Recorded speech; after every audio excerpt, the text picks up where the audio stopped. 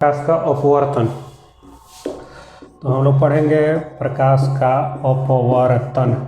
तो जैसे हम आपको बताए थे, इसका इंग्लिश होता है रिफ्रैक्शन।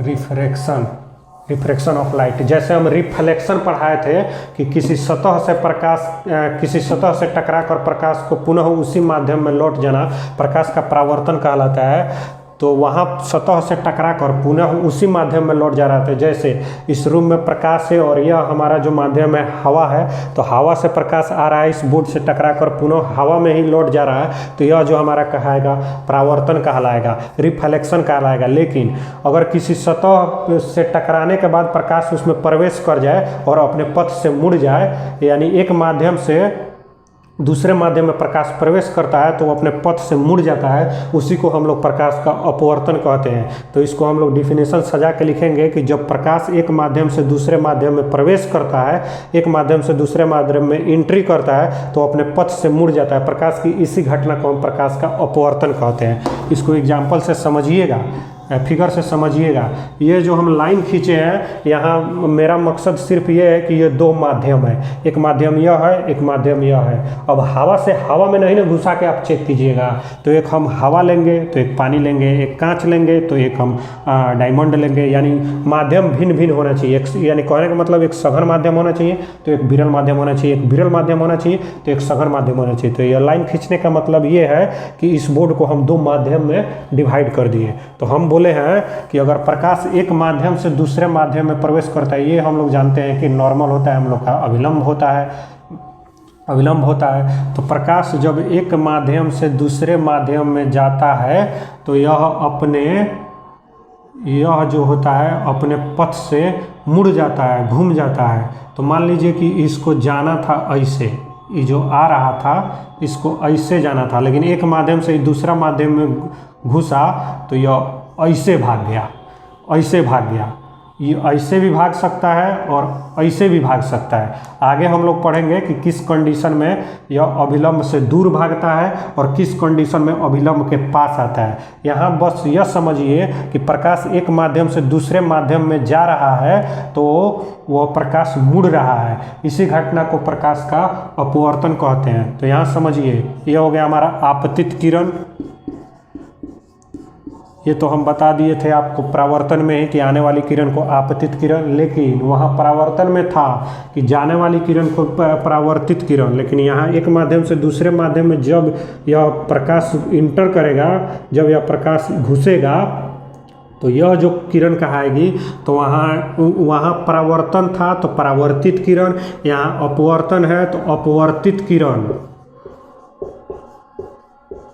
ये हो जाएगी अब अपवर्तित किरण, यानी आने वाली किरण को अब हम लोग आपतित तो कहेंगे ही, और जो प्रकाश जो दूसरे माध्यम में इंटर करके अविलंब से दूर भाग रहा है उसको अब हम लोग परावर्तित किरण कहेंगे। इतना बात को समझ में आ गया। उसी तरह कोण का भी कुछ लोचा है, इसको तो हम लोग आपतित कोण कहते हैं, जिसको एंगल ऑफ इंसिडेंट आई से डिनोट करते हैं। लेकिन अब इसको हम लोग अपवर्तन कोण कहेंगे। ये जो हमारा एंगल होगा अब इसको हम लोग अपवर्तन कोण कहेंगे। तो अपवर्तन का भी स्पेलिंग एंगल ऑफ रिफ्रैक्शन ही होगा, तो इसको आर से ही डिनोट करेंगे, लेकिन हिंदी में इसको हम लोग अपवर्तन कोण कहेंगे। इतना बात को समझ गए। यहाँ प्रवर्तन से दो चीज़ भिन्न हो गया। एक तो यहाँ जो प्रकाश दूसरे माध्यम में इंटर कर रहा है तो जो किरण है वो अविलंब से दूर जा रहा है या अविलंब के पास आ रहा है, तो उस किरण को हम लोग अपवर्तित किरण कहेंगे। और जो दूसरे माध्यम में एंगल हमारा जो बन रहा है, जो अपवर्तित किरण है उसके साथ और अविलंब के बीच का जो एंगल बन रहा है उसको हम अपवर्तन कोण कहेंगे। इतना बात को समझ गए। अब चलिए हम लोग समझते हैं कि किस कंडीशन में प्रकाश एक माध्यम से दूसरे माध्यम में जाता है तो उसका जो किरण होता है अविलंब से दूर जाता है, और किस कंडीशन में अविलंब के पास आता है। तो इसी पे हम लोग समझ लेते हैं। यह मान लीजिए कि हमारा माध्यम को दो भाग में पार्ट करने वाला, एक यह माध्यम हो गया, एक यह माध्यम हो गया।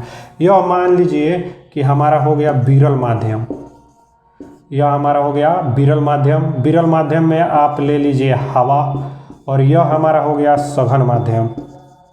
सघन माध्यम में ले लीजिए आप पानी, कांच भी ले सकते हैं, हवा के अपेक्षा कांच भी सघन माध्यम है। यहाँ पानी और हवा जो दोनों में कंपेयर कीजिएगा तो कौन सा माध्यम सघन होगा उतना बताए हैं, तो पानी हमारा सघन माध्यम होगा क्योंकि इसका कण ज़्यादा घनियाइल है हवा के अपेक्षा, इसमें यहाँ ज़्यादा भीड़ भाड़ है। तो अब देखिए जब प्रकाश विरल माध्यम से सघन माध्यम में आता है, जब प्रकाश विरल माध्यम से सघन माध्यम में आता है, जब प्रकाश विरल माध्यम से सघन माध्यम में आता है तो उसका जो यह ऐसे तो इसको जाना चाहिए, ऐसे आ रहा है तो ऐसे जाना चाहिए, लेकिन यह अभिलंब की ओर मुड़ जाता है, यह अभिलंब की ओर मुड़ जाता है। यानी अब ऐसे जब यह विरल माध्यम से सघन माध्यम में आएगा तो प्रकाश अभिलंब की ओर मुड़ जाएगा, अभिलंब की ओर आएगा। जब प्रकाश विरल माध्यम से सघन माध्यम में आएगा तो प्रकाश अभिलंब की ओर मुड़ जाएगा और यहाँ ये जो एंगल बनेगा इस एंगल को हम R द्वारा डिनोट करेंगे और यह एंगल हमारा जो कहलाएगा अपवर्तित कोण, यह एंगल जो हमारा कहलाएगा अपवर्तित कोण, और यह हमारा अपवर्तित किरण कौन होगा, तो अपवर्तित किरण यह होगा हमारा अपवर्तित किरण। इतना बात को समझ गए हैं कि जब प्रकाश विरल माध्यम से सघन माध्यम में जाता है, अच्छा समझिएगा एग्जाम में पूछता है, जब विरल माध्यम से सघन माध्यम समझ जाएगा यानी विरल से सघन में जा रहा है तो अभिलंब की ओर आएगा, अभिलंब की ओर मुड़ेगा। इतना बात को समझ गए। अब एक फिगर हम यहीं पे बना देते हैं, उस यहाँ दिख रहा है ना, चलिए यहाँ हम माध्यम को बांट दिए कि एक माध्यम ये हो गया और एक माध्यम ये हो गया, यहाँ हम लंब ले लिए। तो ये मान लीजिए अब की बार यह माध्यम जो है सघन है और यह माध्यम जो है विरल है, यानी यह हमारा पानी हो गया। चलिए दूसरा कुछ लेते हैं, हम पानी से ही कंपेयर हमेशा नहीं करेंगे। यह हमारा कांच हो गया और यह हमारा हो गया पानी। यानी अब जो है प्रकाश सघन माध्यम से विरल माध्यम में जा रहा है। तो देखिए प्रकाश को मान लीजिए ऐसे हम यहाँ से छोड़े सघन माध्यम से, तो यहाँ ये आया, तो इसको तो जाना चाहिए ऐसे, ऐसे इसको निकल के जाना चाहिए, जिसको हम डॉट डॉट से डिनोट कर दिए। लेकिन जब यह प्रकाश सघन माध्यम से विरल माध्यम में जाता है, जब यह सघन माध्यम से विरल माध्यम में जाता है तो अभिलंब से दूर भागता है। देखिए अभिलंब से दूर भागा, अभिलंब से दूर हो जाता है, अभिलंब से दूर चला जाता है। जब प्रकाश सघन माध्यम से विरल माध्यम में जाता है तो अभिलंब से दूर चला जाता है। तो आप इतना बात को समझ गए कि किस कंडीशन में जो है प्रकाश जो है एक माध्यम से दूसरे माध्यम में जाता है तो अभिलंब के पास आता है, और किस कंडीशन में प्रकाश जो है एक माध्यम से दूसरे माध्यम में जाता है तो अभिलंब से दूर जाता है। अब कुछ नियम होता है अपवर्तन का, यानी अपवर्तन का नियम हम यहीं पे लिख देते हैं और इसी फिगर पे हम लोग समझ लेंगे। लॉ ऑफ रिफ्रैक्शन, अपवर्तन का कुछ नियम होता है। तो अपवर्तन का नियम समझने के लिए एक फिगर को हम मिटा देते हैं, एक ही फिगर से हमारा काम चल जाएगा। दोनों पे यही लागू होगा, प्रकाश सघन से विरल में जाए या विरल से सघन में जाए, नियम एक ही होता है दोनों के लिए। ऐसा ना कि एगो मिटका दिए तो समझ जाइए कि खाली इसी पे नियम लागू होगा, दोनों पे लागू होगा। तो जैसे था हम लोग का परावर्तन में कि आपतित किरण और परावर्तित किरण और अभिलंब तीनों एक ही तल में होगा, यहाँ भी वही है कि आपतित किरण, अपवर्तित किरण और अभिलंब तीनों एक ही तल में होगा। यानी हम लिख देते हैं आपतित किरण,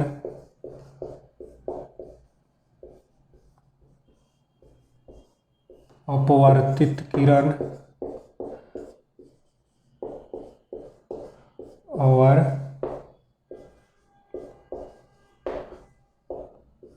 अभिलंब तीनों एक ही तल में होगा। ये तो पहले से हम जानते हैं, फर्स्ट नियम इसका यही होता है अपवर्तन का। आपतित किरण, अपवर्तित किरण और अभिलंब तीनों एक ही तल में होता है। दूसरा नियम जो है ये बहुत इम्पोर्टेंट है, इसी को समझिएगा। दूसरा नियम जो हमारा होता है वह यह होता है, ट्रिगोनोमेट्री का एक बात जानते हैं, जैसे ट्रिगोनोमेट्री में पढ़े होंगे मैथ में sine theta cos theta tan theta, तो साइन थीटा को हिंदी में जया कहते हैं, तो उसी का यहाँ यूज है, इसीलिए हम पहले ही बता दिए हैं। तो दूसरा नियम यह कहता है कि यह जो आपतन कोण है और यह जो अपवर्तित कोण है, यह जो आपतन कोण है, रुक जाइए 1 मिनट, अपवर्तित कोण,